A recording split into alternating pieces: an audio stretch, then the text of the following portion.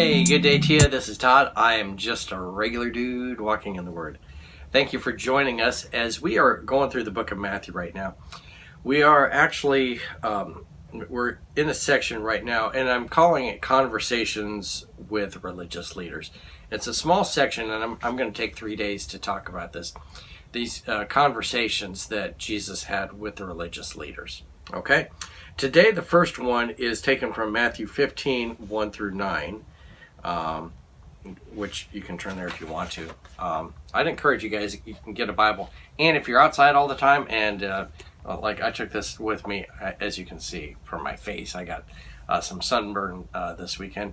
I was out on a sailboat, and I thought, well, it might get splashed or whatever, so I took my waterproof Bible. I don't know if you can see that waterproof Bible there. So anyway, this Bible's waterproof. You can take a shower with it if you want to, and it won't ruin the Bible. So anyway, and today I'm talking about being religious without actually loving God, okay? Or relationships over rules. So it's taken from Matthew 15, 1 through 9. So let me read it here. It says this: Then some of the Pharisees and the teachers of the law came to Jesus from Jerusalem and asked, "Why do your disciples break the tradition of the elders? They don't wash their hands before they eat."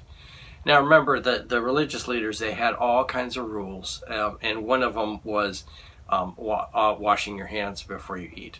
But it wasn't just like we do, sing happy birthday as you're washing your hands to get them clean. They would have a big ritual that they would do with washing the hands, okay? And if they touch something defiled, they'd be like, "Oh, no, now I gotta wash my hands," and it'd be a big show.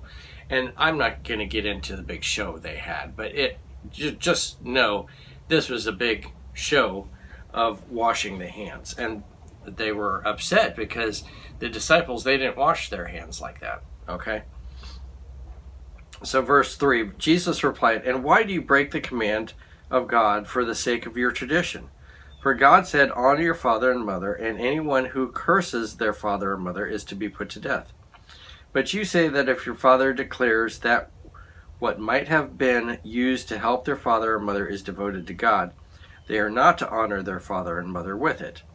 Thus you nullify the word of God for the sake of your tradition.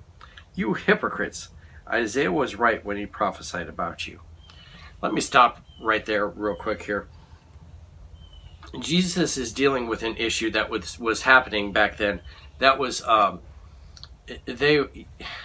course, one of the commandments is honor your father and mother.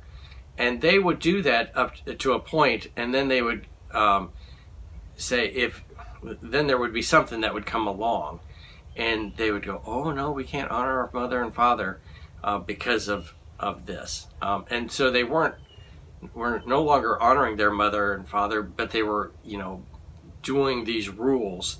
And these rules weren't stuff God made up. It was stuff that they made up to think they were following God better.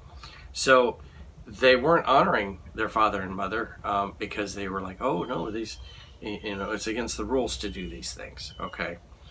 So let me keep reading. Isaiah, Jesus says, in verse 7, "You hypocrites, Isaiah was right when he prophesied about you.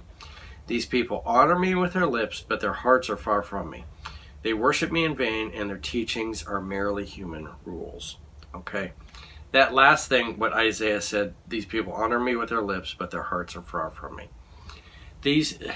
What I want you to see here is the religious leaders of that day, they were doing all the rules, but when it came to actually loving God, not so much, okay? They weren't doing that. And we have to watch out for that today. Is our lives based on religious rules that we think we need to follow, or is it a relationship with God? And God desires the relationship, not the rules, okay? Sometimes we've made up the rules to help in our relationship, okay? I'll use something like your quiet time in the morning. I'll just use that as an example. That's not a rule that God has said, when you wake up in the morning, you need to have a half hour quiet time. That's not a rule, but we have taken it. Sometimes I have, like in my own life, I've been like, oh, I gotta, get up and have my quiet time.